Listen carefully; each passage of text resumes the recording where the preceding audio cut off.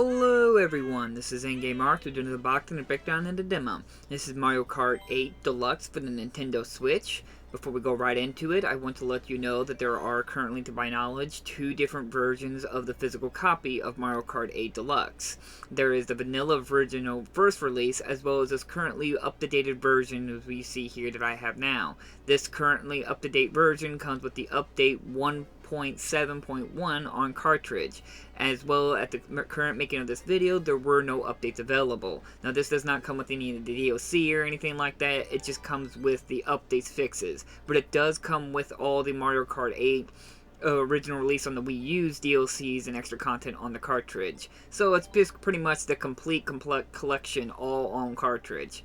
Now, I will provide images at the beginning here so you can see the difference between them from the original as well as the updated version on the box so you can find which one it is. Sadly, it's a little hard to know which ones are the updated other than a minute things of knowing the online functionality subscription thing as well as the barcode at the bottom says 00001.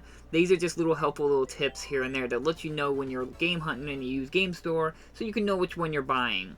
And we'll call this updated version cartridge Mario Kart 8 Deluxe 2019 edition or version because currently this game has the most recent update of the January 2019 update. So it's technically a 2019 edition of the game. What's really nice is that Nintendo does reprint these and add all the updates on the cartridge so we can have a complete collection of the game. Now, hopefully those pictures will help you. I've had been asked about this. I'm sorry, I do not know if how much this applies to like PAL or Asian versions, and if they have update cartridges and what their images look like, or how you can find out which one's different. Sorry, I only have American versions of the game, so I just wanted to use these images and try to use this as a base idea for PAL or Asian versions, if there is an updated cartridges in those regions. I do not know. Now, going into the game, now I've been playing Mario Kart since back in the Super Nintendo, so Mario Kart has always been a very well polished and very rewarding go-kart racing game ever since then and even till now. It's still a really fun, challenging, and rewarding experience. You can constantly unlock more vehicles in this one, as well as, like I said, it comes with all the DLC that was released back on the Wii U version. It's already on the cartridge on this one. You can play your Mii character, which is actually really cool as well. You can go online with it, this version as well, and play 2-player split screen online, so that's really nice as well. So in the end, it's just a complete package of Mario Kart and what you've known and loved before. It's very polished and very rewarding for everything you do. I love the variety of tracks. They're all very unique and have some very good soundtrack. Every item is very useful in its own way. Now, I do want to stress on the fact that I don't like the blue shell, and I don't really need to think they need to reconsider that item's usability. I understand that it's very helpful to eliminate a lot of the people or the person who's in first place, but it also feels like it's a punishment for the person in first. Because there's really nothing you can do about it other than being lucky and getting one item that can blow it away. And again, that's completely on luck. And I can't count how many times I was playing on higher races and I lost a race because right as I was about to get to the last lap and press the finishing line, a blue shell blew me up and the person in second and third just passed me by. It's very aggravating because it just feels like you're punishing the person in first, then doing anything to reward him. And I really think they need to go back and rethink the blue shell maneuvering. But overall, after that, the game also has red shells, which at least you can do something to compete against it. Or you can lay down an item to break it, or try to move behind something to break it, or before it hits you. Also, you may not know if you hold down the item throw, you can throw behind you or in front of you, so forth. But if you just hold the button down, you'll leave the item you're going to throw at the back end of your go-kart. So if a red shell is about to hit you, instead of having to time the drop, you can just have it hanging from the back of it and you'll hit it perfectly then. That's a neat little trick they've had for a while, but they don't usually tell you can do that. Again, like as I said, the game is a good party game. You can play 4-player split screen. Everything's very rewarding, as I said, and everything you can constantly unlock and just constantly do the challenges in the game to unlock vehicles and content in it. So it's like I said, at least you're constantly having something to you can do.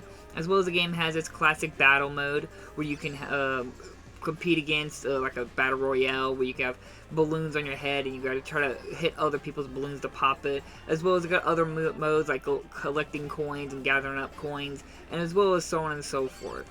Now, there's not a whole lot of tracks in the battle mode, so that's a little disappointing in there, but at least it's there to break up the gameplay. The game has 50 cc's, 100 cc's, 150 cc's, as well as reverse, mirror mode, and 150 cc's, as well as 200 cc's. The game does get pretty hard and challenging on higher difficulties, and that's by increasing the speed of the game as well as making computer harder. So again, it's got still some challenge for veteran gamers out there, and it's easy to pick up as well for kids because it has a guidance system in the game to allow kids who are maybe very young and is just driving off the cart or constantly not be able to work the vehicle very well, or the vehicle will automatically accelerate for them. It's got neat little functions like that, but just bear in mind, if you're a veteran gamer, you want to make sure to completely remove the assistance driving thing, because it will prevent you from taking shortcuts at times, or you have to purposely try to make sure to take that route, because the little assistance thing will just try to get you back onto the main road. It's very easy to deactivate. All you do is just pause the game, and it's the little antenna thing. Just remove the antenna by I think it's hitting L1, and then it's gone. You don't have to worry about it. Again, this is a very well made game. I do think that Mario Kart needs to be revamped a little bit. I'm not trying to say it needs to be completely changed, but as I said about the blue shell, and just maybe if you have like the blue shell function, have it where in the game where instead of just being whoever crosses first wins, maybe have it a point system in the game where everything you do, like if you can pull off perfect drifts, you can get a first lap, or hit somebody with a weapon, you get points. And that also could be a way to determine who gets first place by, you may not cross first, but you gather more points, and you maybe got in second, but since you had more points, you still come in first. It's a way to prevent the blue shell fiasco of, like as I said, you're right there near the end of the lap, and then you get hit by blue shell, and then everyone passes by you. Some say you could just be a sore loser, or you're just being upset about it, but it just feels like you're being punished. I'm just not a fan of it. I like what Sonic and stuff like that did, where it's got pillars or the bees where it's very hard to avoid, but if you're skilled enough, you can avoid it. I think they could try to maybe learn a thing or two from that. All in all, though, it's still an amazing game to have as a Nintendo Switch game to have on your shelf. I keep coming back to it. Sadly, I had to start all over since I had to format my Nintendo Switch. So, I mean, I lost a lot of stuff, but I'm just happy to go right back into it. And again, I use those pictures to help you look for the most updated version of the game. Of course, I highly recommend trying to find the 2019 edition version of the game, because like I said, it comes with a lot of updates and fixes, and just adds a little bit more extra content to the experience, and it's just a better version of the game. So like always, I will leave links down in the description if you're instant copy, and hit that like, subscribe button if you want to see more videos from me, and I'll see you guys in my next episode. Bye bye!